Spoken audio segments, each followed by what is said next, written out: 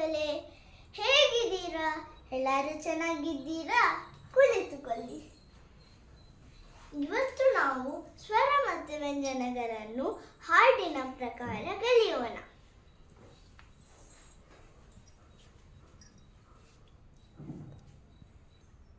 ಮೊದಲಿಗೆ ಮೂಲಾಕ್ಷರಗಳನ್ನು ಕಲಿಯೋಣ.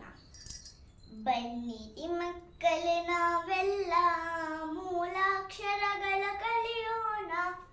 ಅ ಆ ಇ ಈ ಉ ಊ ಎ ಏ ಐ ಒ ಓ ಔ ಅಂ ಅಹಂ.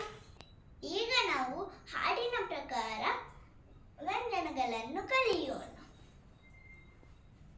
ಕೆಂಪು ಕೋಟೆ ದಿಲ್ಲಿಯಲ್ಲಿ ಕಕ್ಕ ಗಗನ, ಚಂದಮಾಮ ಬಾನಿನಲ್ಲಿ ಚಚ್ಚ ಜಜ್ಜ ಇನ್ನ, ಟಗರಿಗೆ ಕೋಡು ಎರಡಂತೆ ಟಟ ಡಡನ, ತಾತನ ಗಂಟು ದೊಡ್ಡದಂತೆ ತತ್ತ ದದನ, ಪಾಪುವಿನ ಮುಖ ಚಂದಂತೆ ಪಾಪ ಬಾಬಮ, ಯಾರಿಗೆ ಏನು ಕಡಿಮೆ ಇಲ್ಲ ಯಾರ ಲಾಭ ಶ ಸಹಲ.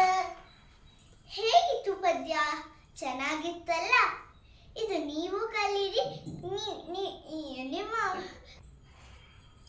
ನಿಮ್ಮ ಮನೆಯವರಿಗೆ ಹೇಳಿಕೊಡಿ. ಇದು ನಿಮ್ಮ ಪಾಠ್ಯ ಪುಸ್ತಕದಲ್ಲಿ